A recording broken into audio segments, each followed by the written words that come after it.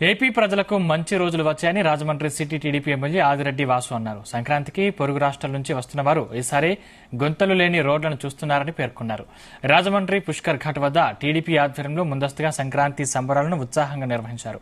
కూటమి నాయకులు పంచెకట్టుతో పాల్గొన్నారు. ఈ సందర్భంగా నగరంలోని 42 వార్డుల్లో సుమారు 15,000 మంది మహిళలు పాల్గొన్న ముగ్గుల పోటీల విజేతలకు సోఫా సెట్లు, బీరువాలను బహుమతులుగా అందజేశారు. రాజమండ్రిలో బ్లేడ్ బ్యాచ్లను నియంత్రించి నగరాన్ని ప్రశాంతంగా ఉంచుతామని, ఈ ఏడాది 90 కోట్ల రూపాయలతో అభివృద్ది పనులు జరుగుతున్నాయని ఎమ్మెల్యే వాసు తెలిపారు. రాజమహేంద్రవరం అందరికీ కూడా పార్టిసిపేట్ ప్రైజులు ఇస్తూ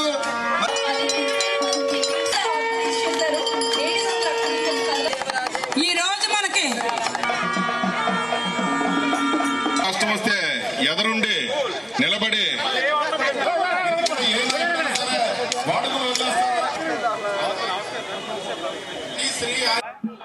పక్క రాష్ట్రాల నుంచి ఈ రాష్ట్రానికి పండగ సందర్భంగా విచ్చేస్తున్న వారు, సొంత ఊరికి విచ్చేస్తున్న ప్రతి ఒక్కరికి సంక్రాంతి శుభాకాంక్షలు.